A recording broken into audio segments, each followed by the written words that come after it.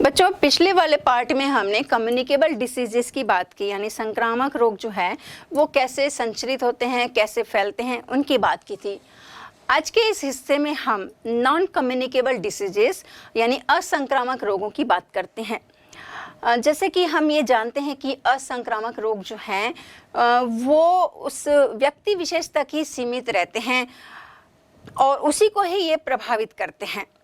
अब इसमें क्या क्या रोग हो सकते हैं उसके बारे में देखते हैं। जैसे तो पहले कि हम बात करते हैं डिफिशियंसी डिसीजेस की। तो डिफिशियंसी डिसीज जो है यानी कि हीनता जन्य रोग, और हो सकता है आप इसको छोटी क्लासेस में भी आपने इसको पढ़ा होगा। अभी और ज़्यादा महत्व हो जाता है क्योंकि आप बायोलॉजी के स्टूडेंट्स हैं, तो बेसिकली आप एक एक चीज़ को अच्छे से बारीकियों से समझने का प्रयास करेंगे। तो डिफिशियंसी डिसीज जो है, चूँकि पोषक तत्व जो है हमारे शरीर के लिए जिसको बैलेंस डाइट कहते हैं, वो बैलेंस डाइट में कार्बोहाइड्रेट है, फैट है, वसा है, विटामिन्स हैं, मिनरल्स है, पानी है, इनकी जो है एक प्रॉपर क्वांटिटी जो है वो बॉडी में होना बहुत ज़रूरी है। लेकिन यदि कोई चीज़ कम हो जाती है तो उसके कारण जो है कोई ना कोई बीमारी या रोग हो सकता है। तो अब हम उसी को ही देखेंगे। पहले जैसे बात करते हैं कि प्रोटीन से कम, यदि बॉडी में यदि ये प्रोटीन कम हो जाता है तो उससे कौन सी बीमारियां होती हैं। तो जैसे ये एक है क्वाशियोरकर है और दूसरी जो है मरास्मस है। तो ये क्वाशियोरकर जो है वो यदि बॉडी में प्रोटीन कम है जिसके कारण ये हो सकता है। अब इसमें जो है ये अक्सर छोटे बच्चों को कहना चाहिए, जो मेल न्यूट्रिशन की बात की जाती है, तो छोटे बच्चों में यदि प्रॉपर प्रोटीन नहीं मिलता है तो उसके कारण ये डिसीज़ जो है वो हो सकती है। इसमें जो है जैसे कि ये आप पिक्चर देख रहे हो कि दुबला पतला ये शरीर है, वजन कम हो जाता है, इनकी ग्रोथ में जो है वो रुकावट आ जाती है, यानी वृद्धि जो है वो नहीं हो पाती है और पेट फूल जाता है। तो इस तरीके से ये इसके लक्षण हैं। दूसरी बात करें कि मरास्मस की, तो मरास्मस में जो है ये भी प्रोटीन और कैलोरी की कमी से होता है। अब इसमें भी क्या क्या लक्षण दिखता है, तो जैसे देख रहे हैं दुबला पतला ये शरीर, टांगे जो हैं वैसे दुबली पतली हैं, और फिर वजन में कमी है, और फिर इसमें जो है स्किन जो है वो ड्राई हो जाती है। तो ये दोनों रोग जो हैं क्वाशियोरकर और मरास्मस जो हैं वो प्रोटीन की कमी से होने वाले रोग हैं। अब जैसे हम डाइट में जानते हैं कि विटामिन जो हैं वो भी हमारे लिए ज़रूरी हैं, और विटामिन कौन कौन से हैं? विटामिन ए है, विटामिन बी है, विटामिन सी है, विटामिन डी है, विटामिन ई है और विटामिन के है। अब ये भी जो है प्रॉपर क्वांटिटी में हमारे बॉडी में पर डे के हिसाब से भी कहना चाहिए, होना चाहिए। लेकिन यदि नहीं होते हैं तो इनसे भी कुछ ना कुछ रोग हो सकते हैं, तो इसको भी देख लेते हैं। अब जैसे विटामिन ए की बात करते हैं, तो विटामिन ए की कमी से जो होने वाला रोग है वो है नाइट ब्लाइंडनेस, रतौंधी जिसको कहते हैं। अब ये रतौंधी जो है या इसके जो पेशेंट हैं उनको दिन में तो बहुत अच्छे से स्पष्ट दिखाई देता है, लेकिन जैसे ही रात होती है वो उनको प्रॉपर या कहना चाहिए अच्छे से दिखाई नहीं देता है। तो ये विटामिन ए की कमी से होता है। विटामिन बी की कमी से होने वाला जो रोग है वो है बेरी। अब ये B1 से लेकर B12 तक होते हैं विटामिन बी। विटामिन बी की कमी से होने वाला जो रोग है वो बेरी है। अब इस रोग में जो है तंत्रिका तंत्र जो है वो प्रभावित होता है, जिसके कारण लकवा भी हो सकता है, वजन में कमी आती है, थकान लगती है, सुस्ती लगती है। तो इस तरीके से ये B1 की कमी से ये होता है। अब एक और बीमारी है जो विटामिन B3 की कमी से होती है, वो है पेलेग्रा। इस बीमारी पर भी जो है तंत्रिका तंत्र प्रभावित होता है, और इसमें भी जो है जीभ लाल रंग की हो जाती है, मुंह में छाले आते हैं और वजन में कमी आती है, थकान लगती है। तो ये इसके लक्षण हैं। अब विटामिन सी की बात करते हैं, तो विटामिन सी की कमी से होने वाला जो रोग है वो है स्कर्वी। अब इसकी कमी से जो है मुंह में छाले और सूजन आ जाते हैं, कहना चाहिए मसूड़ों में खून आने लगता है, दांत ढीले पड़ जाते हैं, तो इस तरीके से, और घाव भी जो है जल्दी नहीं भरता है। तो ये विटामिन सी की कमी से होने वाले जो है ये रोग स्कर्वी है। अब एक और रोग की बात करते हैं, यानी रिकेट्स की, जिसको सूखा रोग भी कहते हैं। अब ये जो है, ये रोग जो है विटामिन डी की कमी से होता है। विटामिन डी की कमी से जैसे ही होता है तो ये जो है, इसके कारण जो है हड्डियां जो हैं वो नरम और मुलायम हो जाती हैं। अब इसमें क्योंकि नरम हो गई, यानी हड्डियां कमज़ोर हो गई हैं, तो इसके कारण जो है हड्डियां जो हैं, जैसे आप देख रहे हो, टेढ़ी मेढ़ी हो जाती है, और इवन रीढ़ की हड्डी भी जो है वो टेढ़ी हो सकती है। हड्डियां कमज़ोर हो गई तो टेढ़ी हो जाती है, डिफॉर्मिटी आ जाती है। तो ये विटामिन डी की कमी से हो जाता है। और भी जो है कि जैसे ये हड्डियां नरम हो गई हैं तो ये विटामिन डी की कमी से हो रहा है। और ये विटामिन डी का जो सोर्स है, यानी बनने का जो सोर्स है, वो सनलाइट है। अब ओवरऑल यदि हम इन डिफिशियंसी डिसीज़ से यानी बचाव की बात करते हैं, तो चूंकि ये पोषक पदार्थों की कमी से हो रहा है, तो डेफिनेटली हमें ये सोचना पड़ेगा, विचार करना पड़ेगा कि हम इनसे कैसे बचाव करें। तो हमारे भोजन में ये सब जो है वो शामिल हों, विटामिन्स हों। ये हमें कहाँ कहाँ से मिलेंगे? जैसे विटामिन ए का जो सोर्स है वो हमें ढूंढना होगा। वो जो है एप्पल है, जैसे पपया है जो पीली यानी येलो जो वस्तुएं रहती हैं, मैंगो है उसमें ये विटामिन ए होता है, दूध है उसमें होता है। तो वैसे वाले हम सोर्स लेने जो हैं चालू कर दें। विटामिन बी जो है वो वेजिटेबल्स में अच्छे से होता है, ग्रीनी जो वेजिटेबल्स होती हैं, डेयरी प्रोडक्ट्स आप देख रहे हैं उनमें भी ये अच्छे से होता है विटामिन बी। विटामिन सी की बात करें तो ये सिट्रस फ्रूट्स हैं, ऑरेंज वगैरह है तो उसमें ये रहता है, नींबू में, आंवला में ये बहुत ज़्यादा रहता है, काफ़ी अच्छा ये स्रोत है। तो यदि हमारे डेली डाइट में ये शामिल है तो इसकी कमी जो है वो शरीर में नहीं होगी। और विटामिन डी की यदि बात करते हैं तो ये विटामिन डी जो है इसका सबसे अच्छा स्रोत जो है वो है सनलाइट। अब ये सनलाइट जो है, हम जैसे ऑटोमेटिक सन में आते हैं, उसके प्रकाश पड़ता है तो ये हमारी बॉडी यानी स्किन में जो है उसका संश्लेषण जो है होने लगता है। तो बहुत ही बारीकी सी चीज़ें रहती हैं जिसको हमें जानना ज़रूरी रहता है। तो यदि हमारे खान पान, हमारा लाइफ स्टाइल, जीने का स्टाइल यदि इस तरीके से हो तो बहुत सारी बीमारियों से जो है वो बचा जा सकता है। बच्चों, अब नॉन कम्युनिकेबल डिसीज़ में एक और एग्जाम्पल डिजेनरेटिव डिसीज़ का लेते हैं। डिजेनरेटिव डिसीज़ में होता क्या है कि शरीर का कोई एक अंग या एक से ज़्यादा अंग जो हैं वो प्रॉपर जो है फंक्शन नहीं करते हैं, जिसके कारण जो है ऊतक या अंग जो है वो प्रभावित होते हैं। अब इस डिजेनरेटिव डिसीज़ के जो है वो उदाहरण क्या हैं? जैसे एक अल्जाइमर डिसीज़ है, हार्ट डिसीज़ है। हार्ट डिसीज़ में जो है कोरोनरी डिसीज़ है, आर्टरियोस्क्लेरोसिस डिसीज़ है, हाई ब्लड प्रेशर है, लो ब्लड प्रेशर है, और आर्थराइटिस है, रिमेटिक हार्ट है, एलर्जी है। ये जो है डिजेनरेटिव डिसीज़ में आते हैं। अब एक एक करके जो है हम इनको देखेंगे। सबसे पहले हम बात करते हैं हार्ट डिसीज़ की। हार्ट डिसीज़ में जो है इसमें आर्टरियोस्क्लेरोसिस जो है उसकी बात करते हैं, और ये जो है इसको एक और नाम देते हैं कि धमनियों में रुकावट। अब ये होता कैसे है? असल में जो है आप जानते हैं कि ब्लड वेसल्स जो हैं वो आर्टरी एंड वेन्स हैं जो ऑक्सीजनेटेड ब्लड को और डीऑक्सीजनेटेड ब्लड को जो है वो कैरी करती हैं। हार्ट से पूरे शरीर को ले जाने वाली जो है ऑक्सीजनेटेड ब्लड को वो आर्टरीज है। अब इन आर्टरीज में जो है उनकी जो गुहा में जो है वो कोलेस्ट्रॉल या फैट जो है वो जमा हो जाता है, जिसके कारण उसकी जो भित्ति है वो मोटी हो जाती है। अब जब ये भित्ति जैसे आप देख रहे हो ये मोटी हो जाती है तो इसकी गुहा जो है वो सक्रिय हो गई।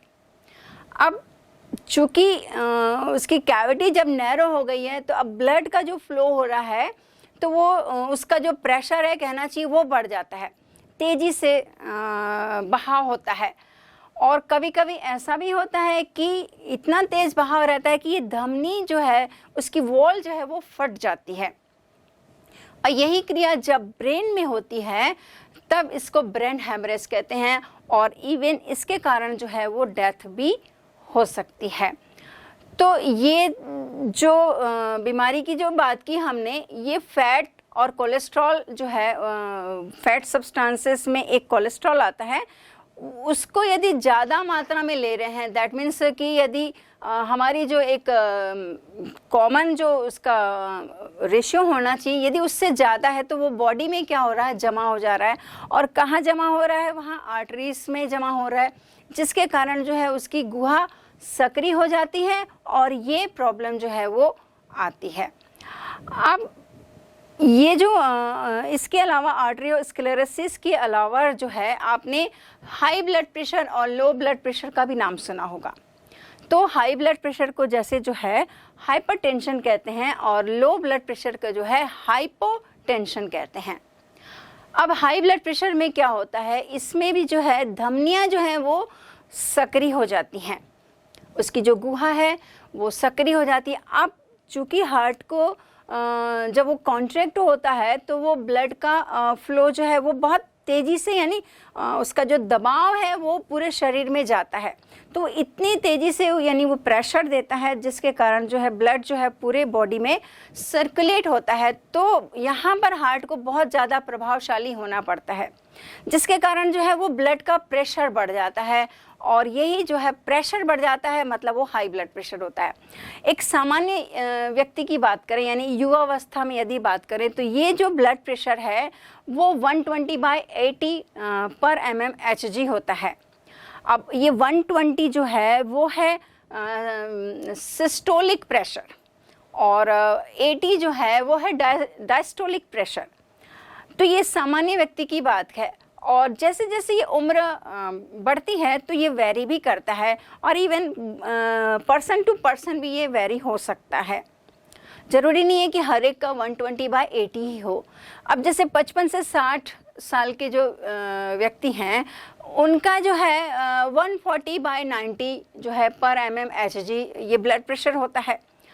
अब चूँकि मैंने बात की कि उम्र के अनुसार ये जो है वेरी करता है, तो जो उम्र के अनुसार यदि वो ब्लड प्रेशर नहीं है और उससे ज़्यादा लगातार बना हुआ है, मतलब जो नॉर्मल रेंज की हम बात कर रहे हैं उससे लगातार यदि ज़्यादा बना हुआ है और एक बार से ये चेक नहीं होता है कि डॉक्टर के पास गए और डॉक्टर ने बोला कि हाई ब्लड प्रेशर है, तो ये लगातार 6 महीने तक, 8 महीने तक, 1 साल, 2 साल तक ये यदि ऐसा ही रेंज इसकी यहाँ वैल्यू बनी रहती है तब जो है कहा जाता है कि हाई ब्लड प्रेशर है। अब ये हाई ब्लड प्रेशर जो है जिसका कारण हमने बताया कि धमनियाँ जो हैं वो मोटी हो जाती हैं, और एक्चुअली कहा जाए तो ये उम्र के साथ साथ भी जो है ये प्रॉब्लम आनी चालू हो जाती है। अब इसके लक्षणों की बात करते हैं तो लक्षण क्या क्या हैं, जैसे कि इसमें सिर दर्द होता है, छाती में दर्द होता है, और विजुअल चेंजेस का मतलब है कि धुंधला दिखाई देने लगता है, और एक और इसमें लक्षण शामिल है कि शॉर्टनेस ऑफ ब्रीदिंग होती है, यानी सांस लेने में तकलीफ होती है। अब ये हाई ब्लड प्रेशर की जो हम बात कर रहे हैं तो इसके कारण क्या है, इसके कारणों को जानना ज़रूरी है। एक उम्र के अनुसार हो रहा है तब तो बात ठीक है कि हो सकता है एजिंग फैक्टर है जिसके कारण हो सकता है, और चूंकि डिजेनरेटिव डिसीज़ में एजिंग फैक्टर भी बड़ा मुद्दा है। दैट मीन्स कि जैसे एज बढ़ती जाती है तो मसल कमज़ोर हो जाती हैं, हड्डियां कमज़ोर हो जाती हैं, पाचन शक्ति क्षीण हो जाती है, कान सुनने कमज़ोर हो जाते हैं, तो ये तो एजिंग फैक्टर है ही। लेकिन यदि मतलब किसी ऐसी उम्र में यानी जब वो आशंका ही ना हो तब ये यदि बीमारियां हो जाती तब फिर सोचने वाली बात हो जाती है। तो अब ये हाई ब्लड प्रेशर मान लो एक युवा व्यक्ति को हो रहा है तो उसका कारण क्या है, इसको हमें सोचना पड़ेगा। तो जैसे पहला बात करें तो एक तो ये जेनेटिक है, जेनेटिक का मतलब है कि ये पेरेंट टू ऑफस्प्रिंग जो इनहेरिटेड होता है, पीढ़ी दर पीढ़ी जो है होता है। अब ये जरूरी नहीं है कि एक पेरेंट की 4 संतान है, 5 संतान है तो पांचों को ही होगा।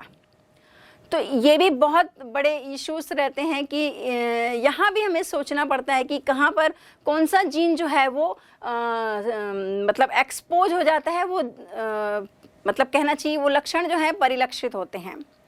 बट किसी का खान पान यदि सही है, एक्सरसाइज कर रहा है, तो डेफिनेटली हो सकता है वो जीन जो है सप्रेस कंडीशन में भी रहें। तो मैंने कहा कि ये सब ओवरऑल बातें जो है हमारे एनवायरनमेंट पे, हमारे खुद के सोच पे भी डिपेंड करती हैं। तो इसका जो एक रीज़न जैसे मैंने बताया कि जेनेटिक है, पेरेंट टू ऑफस्प्रिंग ये इनहेरिटेड होगा। और दूसरा जो रीज़न है इसका है फिजिकल चेंजेस है। अब फिजिकल चेंजेस में मान लो कि किडनी का फंक्शन जो है वो प्रॉपर नहीं हो पा रहा है, कोई रीज़न है, किडनी अफेक्टेड हो गई है, तो उसका एक साइड इफ़ेक्ट में ये हो सकता है कि ब्लड प्रेशर जो है वो हाई हो जाए। तो ये फिजिकल चेंजेस के कारण होगा। और इसका एक और रीज़न ये है एनवायरमेंटल चेंज। अब पर्यावरण में क्या आता है कि जैसे कि हमारी लाइफ स्टाइल है, हमारा सिटिंग वर्क ज़्यादा है, फिजिकल एक्टिविटी कम है, और जंक फूड ले रहे हैं। जंक फूड में यानी कार्बोहाइड्रेट्स, फैट्स वाली चीज़ें ज़्यादा हैं।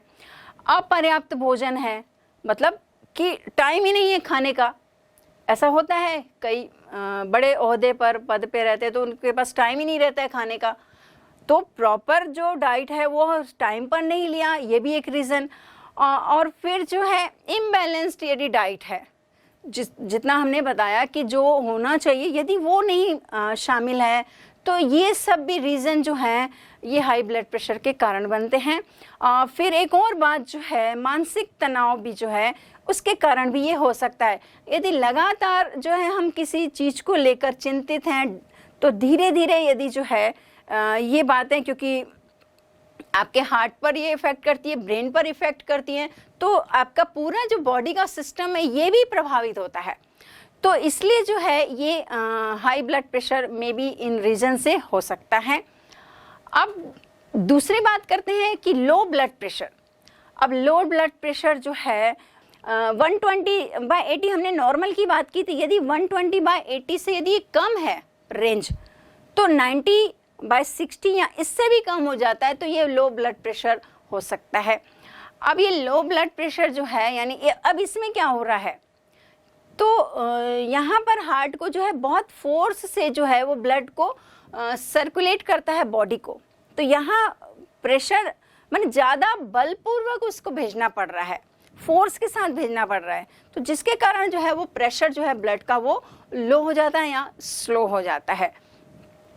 इसके क्या कारण हैं, तो इसके जो है मुख्य कारण है पोषक तत्वों की यदि शरीर में कमी है, या फिर जो है वीकनेस है, बॉडी कहना चाहिए किसी भी रीजन से यदि कमजोरी है, तो ये भी इसका एक रीज़न हो सकता है। तो ये जो बातें हैं कि लो ब्लड प्रेशर का कारण बनती हैं। और कुछ जो है कि हमारी एक्टिविटी इस तरीके की होती है, तो उसके कारण भी ये लो ब्लड प्रेशर हो सकता है। तो ये हमने 2 हार्ट की डिसीज़ की बात की जो डिजेनरेटिव डिसीज़ में आती हैं। बच्चों, अब डिजेनरेटिव डिसीज़ में एक और एग्जाम्पल रिमेटिक हार्ट का देखते हैं। वैसे तो बच्चों में जो है स्वस्थ हार्ट यानी हेल्दी हार्ट जो है वो पाया जाता है या होता है कहना चाहिए, लेकिन कभी कभी किसी कारणवश यानी निमोनिया के कारण या स्ट्रेप्टोकोकस बैक्टीरिया के इन्फेक्शन के कारण जो है ये कुछ चेंजेस आ जाते हैं। वो चेंजेस क्या है कि ये जैसे बैक्टीरिया है ये टॉक्सिन प्रोड्यूस करते हैं, और ये टॉक्सिन जो हैं वो जोड़ों में मतलब जो जॉइंट्स हैं वहाँ पर जाकर ये सूजन और दर्द जो है वो पैदा करते हैं। अब ये सूजन और दर्द के कारण जो है वो शरीर में फीवर रहता है, जिसके कारण जो है उसको रूमेटिक हार्ट या रूमेटिक फीवर कहा जाता है। अब इस फीवर के कारण जो है इसका असर जो है वो हार्ट पर पड़ता है। तो हार्ट में जो ऑरिक्यूलो वेंट्रिकुलर ये जो वॉल्व है आप जैसे देख रहे हो, इसमें जो है वो सूजन आ जाती है, और ये जो है काम करना कहना चाहिए बंद कर देते हैं या बहुत कम हो जाता है, जिसके कारण जो है ये प्रॉब्लम आती है। तो ये इसमें जो है हार्ट जो है उसकी जो मसल्स हैं वो वीक पड़ जाती हैं। ये रिमेटिक हार्ट है। इसके बाद एक और इसका एग्जाम्पल है जिसकी हम बात करते हैं कि डायबिटीज़ की। इसको आपने सुना होगा, शुगर, आपके आस पड़ोस किसी बुजुर्ग के नाम से सुना होगा कि उसको शुगर है, कि वो आलू चावल वो चीज़ें नहीं खाते हैं। तो चलिए अब इसको देखते हैं कि ये क्या रोग है और ये कैसे होता है। जैसे कि हम जानते हैं कि डाइजेस्टिव ग्लैंड्स में लीवर और पैनक्रियाज है। तो ये पैनक्रियाज जो है इसके बारे में देखते हैं। ये पैनक्रियाज जो है इसकी आइलेट्स ऑफ लैगरहैंस जो है ये सेल्स हैं। अब ये कोशिकाएं जो हैं ये इंसुलिन जो एक तरह का हार्मोन है उसका सिक्रीशन करती हैं। लेकिन यदि इन आइलेट्स ऑफ लैगरहैंस की जो सेल्स हैं यदि इंसुलिन का सिक्रीशन जो है यदि वो पर्याप्त मात्रा में ना हो तो क्या होगा, उसी को देखते हैं। तो ये इंसुलिन का काम क्या है उससे रिलेटेड यदि बातें हमें समझ में आ जाएंगी तो समझ में आएगा कि ये बीमारी किस तरीके से हो रही है। तो पहले हम बात करते हैं कि इंसुलिन का काम क्या है। इंसुलिन जो है वो ग्लूकोज के मेटाबॉलिज्म को कंट्रोल करता है, और यदि हमारे बॉडी में एक्स्ट्रा ग्लूकोज बन गया है तो वो ग्लूकोज जो है ग्लाइकोजन के फॉर्म में लिवर और मसल्स में जो है वो स्टोर हो जाता है। और ब्लड में भी जो है जो शुगर का लेवल है वो कंट्रोल्ड वे में उसकी जो क्वांटिटी है जितना होना चाहिए वो उतनी ही रहती है। लेकिन यदि इन आइलेट्स ऑफ लैगरहैंस के कारण यदि इंसुलिन कम मात्रा में सिक्रीट हो रहा है तो सीधा सीधा असर जो है ग्लूकोज के मेटाबॉलिज्म पर पड़ता है। और चूंकि इंसुलिन जो है ग्लाइकोजन को ग्लूकोज को ग्लाइकोजन में बदल रहा है तो अब जो एक्स्ट्रा ग्लूकोज है वो ग्लाइकोजन में नहीं बदलेगा। इसका मतलब ये ग्लूकोज जो है वो ब्लड में उसका लेवल जो है वो बढ़ जाता है। अब ये जो एक्स्ट्रा ग्लूकोज है ये किडनी में जब रुधिर के साथ छन कर ये यूरिन के साथ आ जाता है और यूरिन के साथ जो है वो बाहर हो जाता है। तो जिसके कारण ये डायबिटीज़ मेलिएट्स जो ये रोग है वो होता है। अब इस रोग में होता क्या है, यानी इसके लक्षण की बात करें तो इसकी पहचान कैसे होगी। तो घबराहट लगती है, भूख प्यास बढ़ जाती है, वज़न कम होने लगता है। तो वैसे भी जो एक उम्र के बाद जो है अपना ब्लड शुगर का लेवल जो है वो चेक कराते ही रहना चाहिए। तो यदि शुरुआती दौर पर यदि पता चल जाता है तो फिर उसका मेंटेनेंस जो है यानी कि जो मतलब करना चाहिए बातें हेल्थ से जुड़ी हुई तो वो आसानी से समझ में आ जाती है, तो वो प्रॉपर वे में कर सकते हैं। तो इस तरीके से ये जो है डायबिटीज़ जो होती है उसमें वज़न कम हो जाता है और फिर उनके जो यूरिन है उसमें जो है जल की मात्रा बढ़ जाती है और इसको पॉलीयूरिया कहते हैं। और जिसके कारण अब चूँकि जल जो है शरीर से जो है ज़्यादा निकल रहा है तो उनको प्यास जो है वो ज़्यादा लगती है।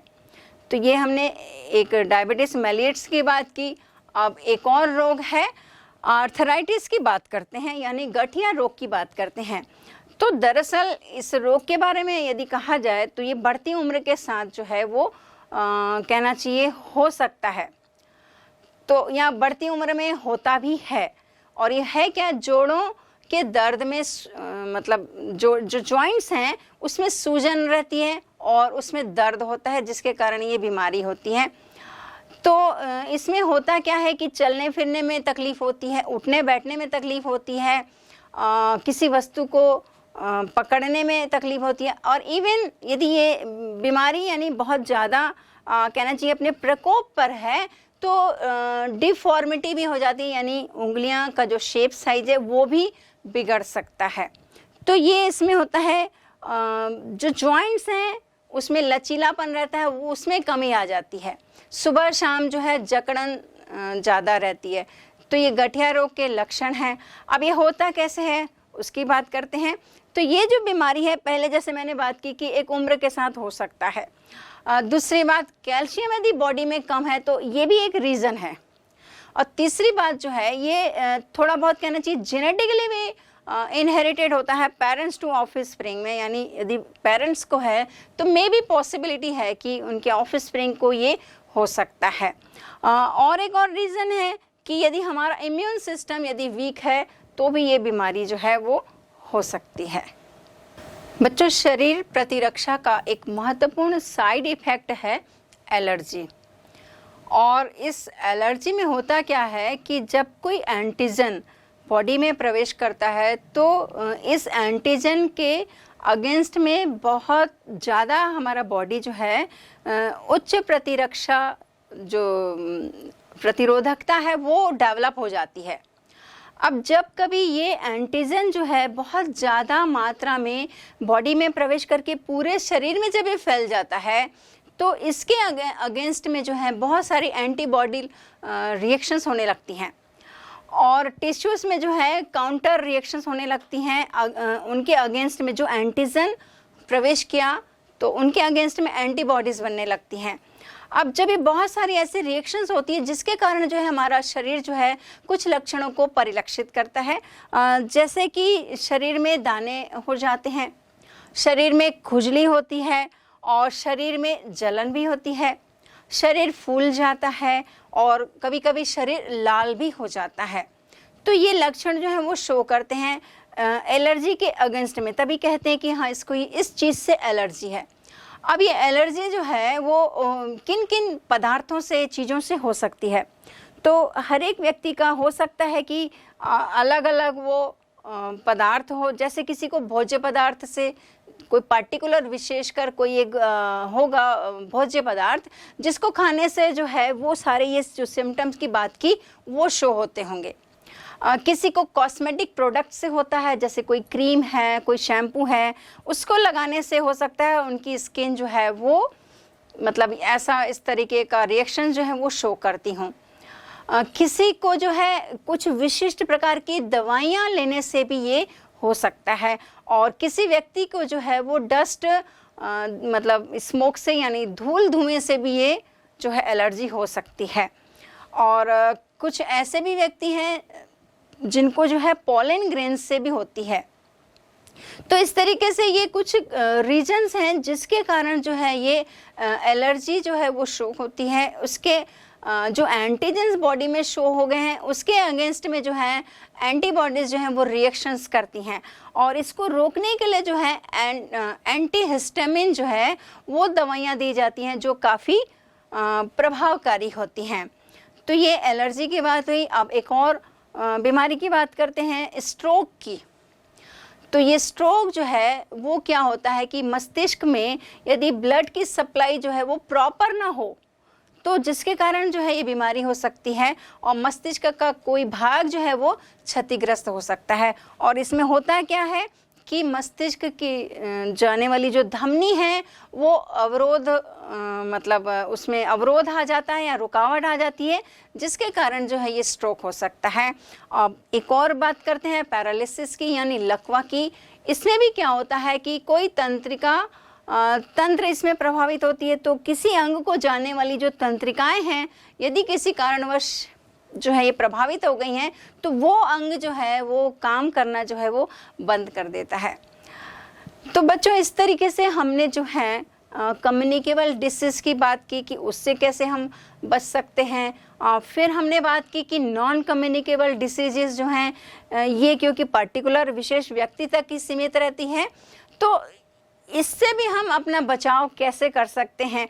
ओवरऑल यदि हम बात करेंगे तो कुछ ऐसी बातें हैं यदि हम उनको फॉलो अप करते हैं तो डेफिनेटली जो है हम इन बीमारियों से बच सकते हैं या कह सकते हैं कि एक उम्र तक जो है इनके प्रभाव को कम कर सकते हैं।